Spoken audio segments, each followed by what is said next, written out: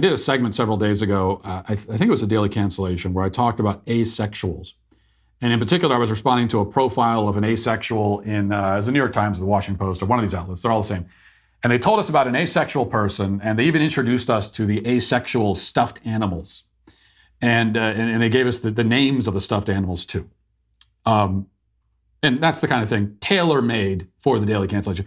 I mean, when a mainstream outlet puts something like that out there, I can only assume that they have made it for the daily. It's just, how could I not include it in the daily cancellation segment?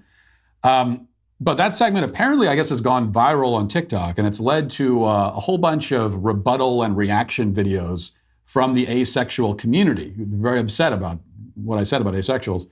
And also the plushie enthusiast community upset as well. So here's one of those videos. So I heard that all you have to do to piss off Matt Walsh is to be asexual and have plushies. So, I'm asexual. Let's meet my plushies.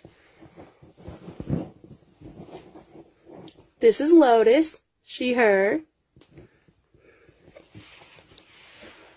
This is Beetlejuice, he, him. This is Lake, he, him.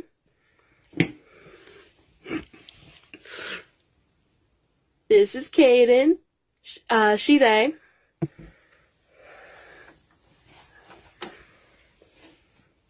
Pomp, he, him.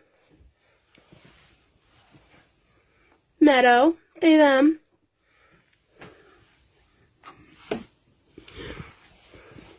Priscilla, she, her. I'm doing this right? More plushes than I thought. Okay, good. Well, so you see, I mean, clearly everything I said about, asexuals maybe having some issues. Obviously, I'm wrong. I've been proven totally wrong. Listen, the point I made there that I will reiterate is that, if you are defining yourself, your perceived inability to develop romantic attractions to other people, that's not an identity to be embraced. Okay, that's the absence of something. That is your inability to experience one of something that's central to the human condition. The ability to experience love and romantic attraction. It's part of what makes us human beings.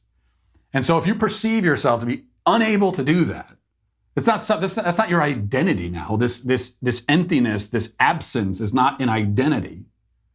I mean, it's bad enough when people claim an identity, find their identity entirely in their sexual attractions. That's bad enough, because our identity should not be completely tied up in our sexual proclivities and attractions. That shouldn't be our whole identity, our whole personality.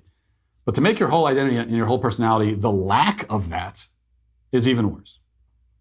And it's also not something that you need to just accept. That's part of the problem with making an identity, put it on the flag. You have your own acronym in the LGBT thing. You have your own letter in the acronym. When you do that, you've embraced and accepted this thing that you don't need to, because there's obviously some other issues that are going on that you need to address. And if you address that, then you may discover that actually, although you perceive yourself to be unable to develop romantic attractions and to have that kind of bond with another human being, you perceive that yourself to be unable to do that. You actually are able to do it, but you have to go and get the help that you need to be able to experience that aspect of being a human. So I think it's a rather encouraging and uplifting message from me. At least it's as uplifting and encouraging as it gets, okay? It's the best you're going to get from me.